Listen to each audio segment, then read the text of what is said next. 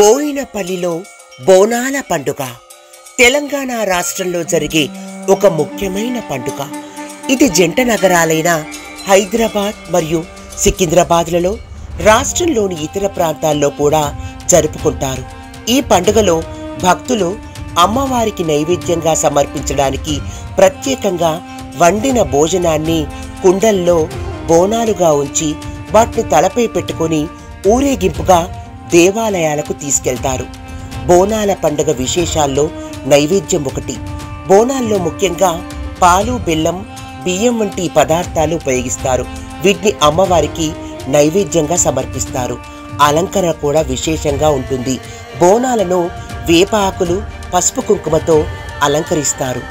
బోనాల పండుగను ఆషాఢ మాసంలో నిర్వహిస్తారు. ఈ సమయంలో ఎల్లమ్మ తల్లికి ప్రత్యేక పూజలు చేస్తారు.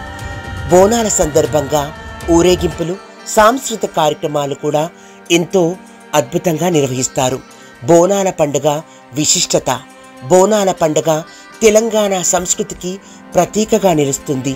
తెలంగాణ ప్రభుత్వం దీన్ని రాష్ట్ర పండుగగా గుర్తించింది.